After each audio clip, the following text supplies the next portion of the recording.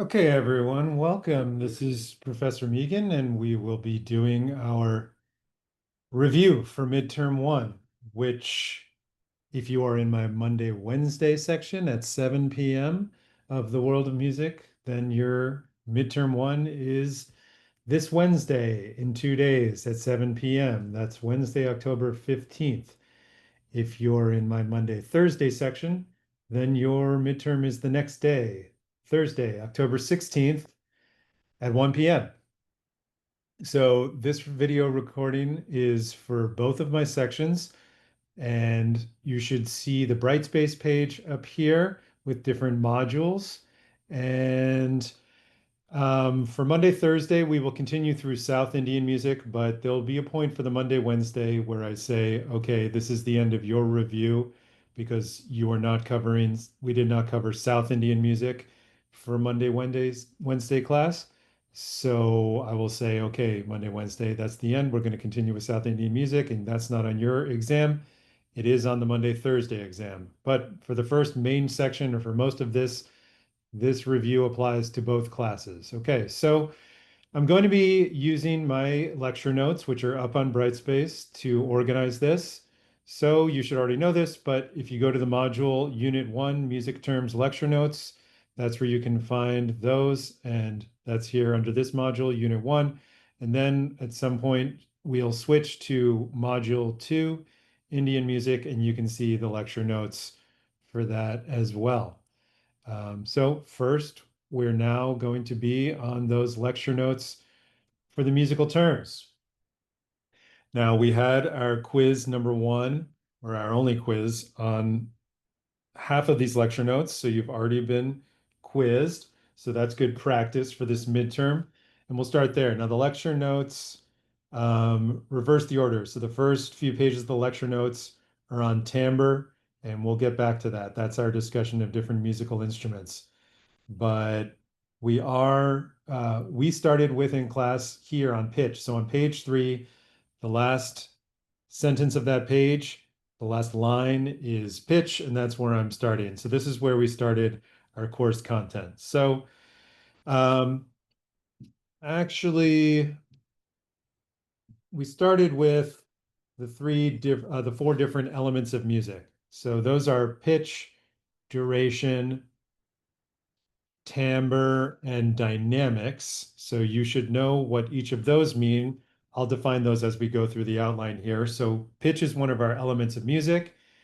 It's a tone determined by the frequency of vibration, which means one pitch is distinguished from another pitch because a higher pitch, what we call a higher pitch, vibrates at a higher frequency. So to demonstrate this, I played the piano, and here you can see that I have a little web-based piano that we can use.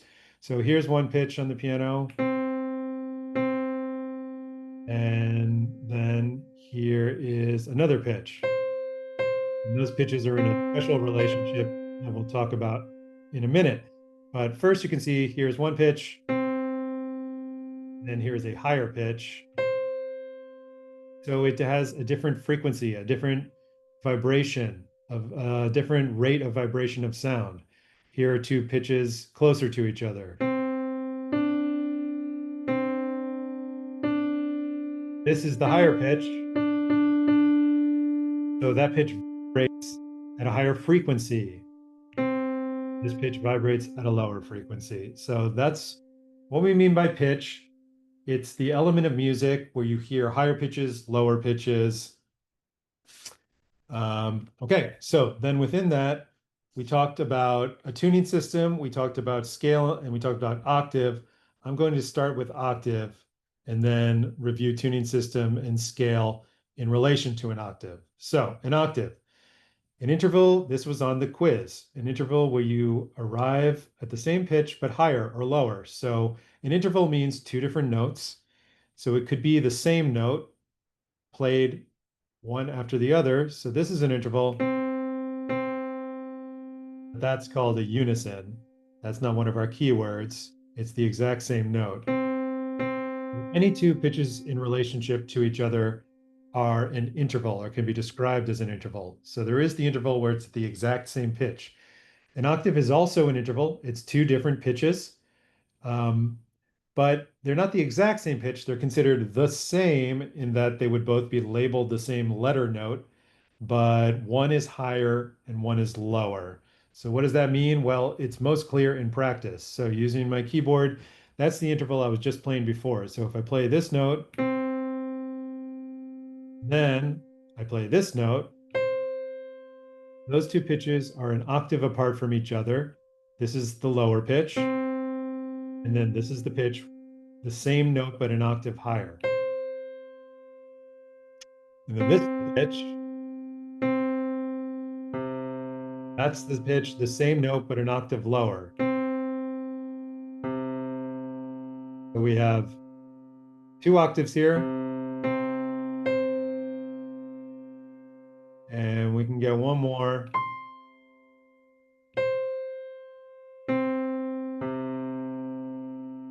Right, so those are all an octave or more than one octave apart from each other, depending on which of those pitches that I played we're comparing to the other. Um, then I mentioned that there is an interesting fact about physics that a pitch an octave apart, higher pitch, the pitch an octave higher vibrates at twice the frequency of the lower pitch. So specifically, I did that with this A. That A vibrates at 440 hertz, and this A vibrates at 880 hertz. This A vibrates at 220 hertz. So 220, 440, 880. And those are just frequencies that are easy to remember. But otherwise, I was playing C's, and I don't have the frequencies memorized. But the C is vibrating at half the frequency of this C, which is vibrating at half the frequency of this C. Okay, so that's what an octave is. They're notes that are, quote, the same, but higher or lower than each other, vibrating at exactly twice or half the frequency, depending on whether you're talking about the higher or lower note.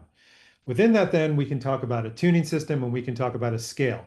The tuning system is the entire set of pitches common to the musical tradition. So it's all the pitches you might use in that musical tradition. And the scale is a set of pitches that you would draw from that tuning system, and then you'd use that particular scale in a song. So going back to our keyboard here, now this might, all right, let me just try.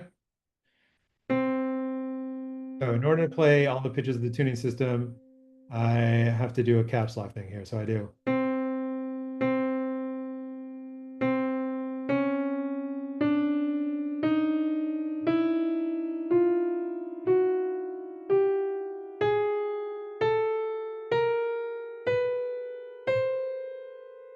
So that was all 12, and then the 13th is the octave. That was all 12 pitches of the tuning system between these two Cs. So those are all the notes that you could use in any music in the Western tuning system, which includes probably most of the music you've listened to, unless you listen to a lot of music from other parts of the world that has different tuning systems. But if you listen to American pop music, it's all using those 12 notes between any octave. And there are 12 notes between any of these octaves on the piano. So we're just focusing on one octave. And it's every single one of those notes is the tuning system.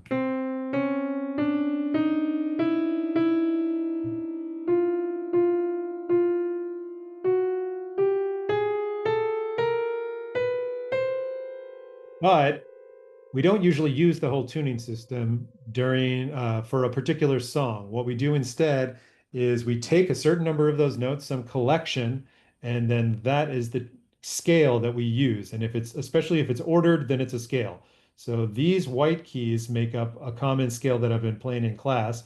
So to play all the notes of the tuning system, I was playing a white key and then a black key and white key, and then there's no black key here. But then we alternate again, white and black. So I was playing all the white and black keys between the two pitches of the octave. But if I just play the white keys between this C and this C, I get a scale drawn from that tuning system. It happens to be a major scale. So that's this.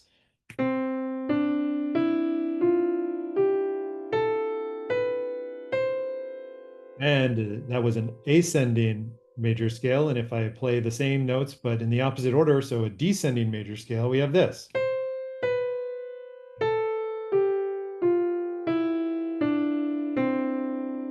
So that's one type of scale. It's drawn from the tuning system. It's not the entire tuning system. There are other scales. That's a major scale. There's a minor scale. There's also this pentatonic scale that I can play by just playing the black keys.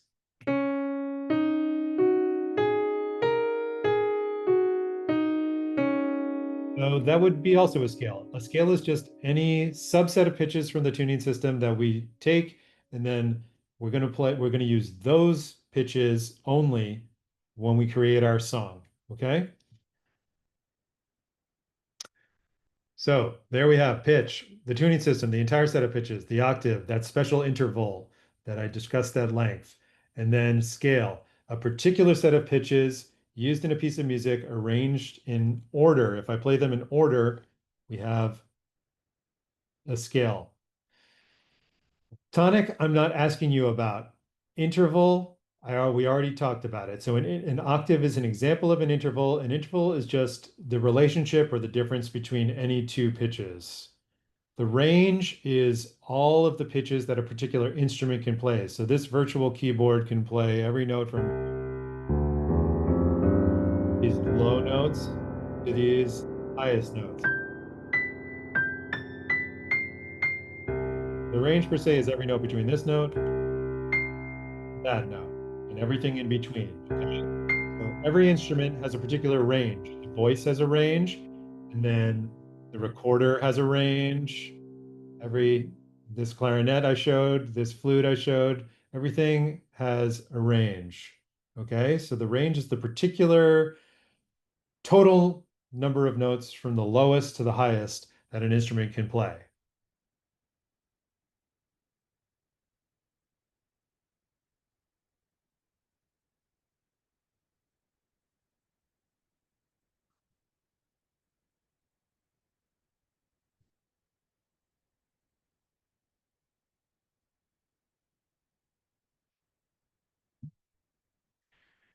Okay, moving on. Then we talked about a melody. What is a melody? Well, a melody is a musical idea. So in order to get to melody, we get to the actual making of a piece of music. Now we're not just in the elements of music, but we're in actual like a song. So sometimes we call the melody like the tune of the song, the core central selection of notes, sequence of notes that is the heart of a particular song, and then everything else supports that melody.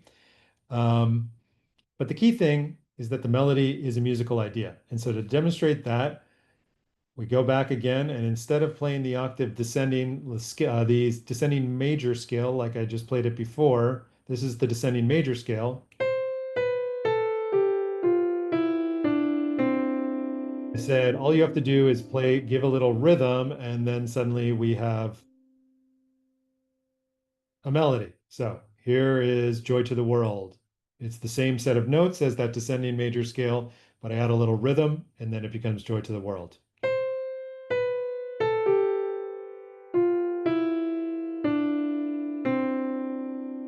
So that's a melody.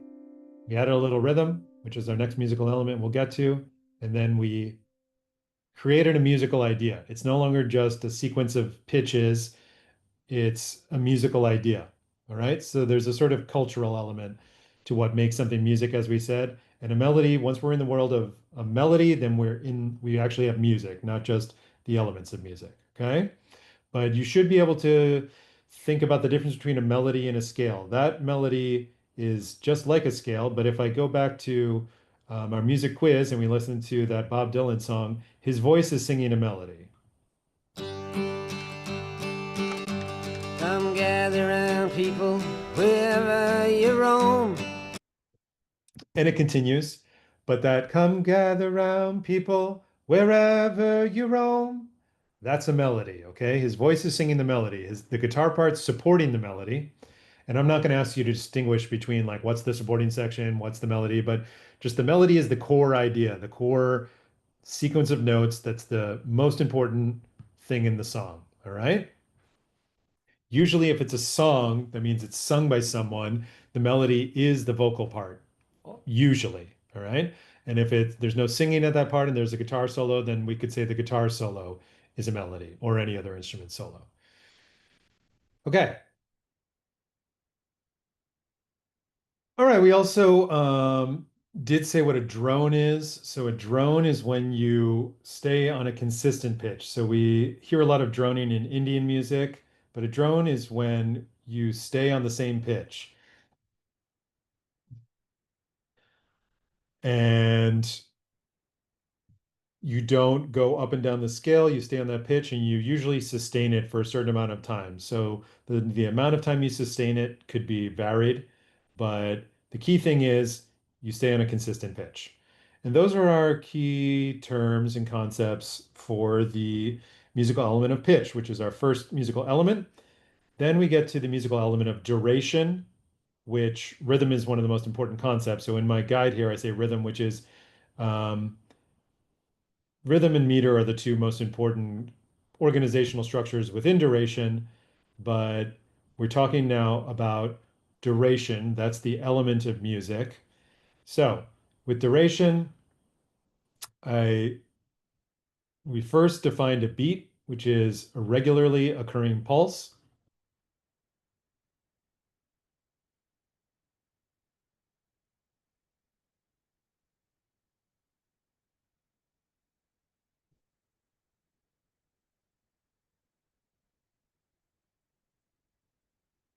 So the regularly occurring pulse means that it regularly occurs in time. So there's an even amount of time in between each of those beats.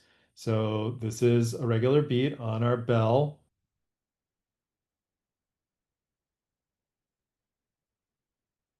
This is an irregular beat.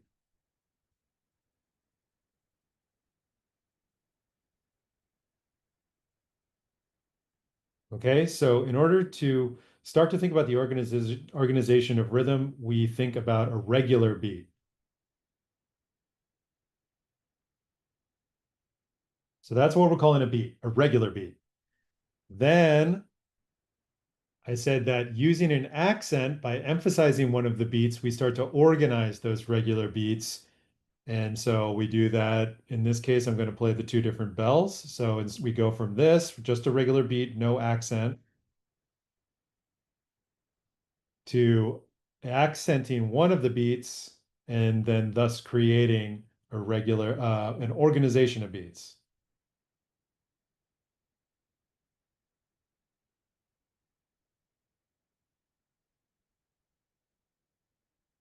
So by accenting one of the beats, you can now hear a grouping of beats, and that was a four beat grouping. One, two, three, four, one, two, three, four. So that would be along with a two beat grouping, one, two, one, two, one, two. Those would be our duple meters. Duple meters have groups of two, groups of four. Those are the ones we're talking about. And then we have triple meters.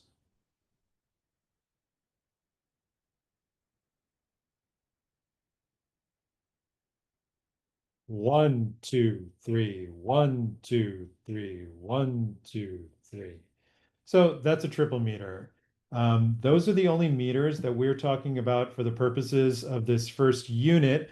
Um, Now, we did talk about more complicated quadruple meters in Indian music, but I'm not going to quiz you in a listening capacity on that. But our key listening skill, the first one, is being able to identify four beat meters and three beat meters.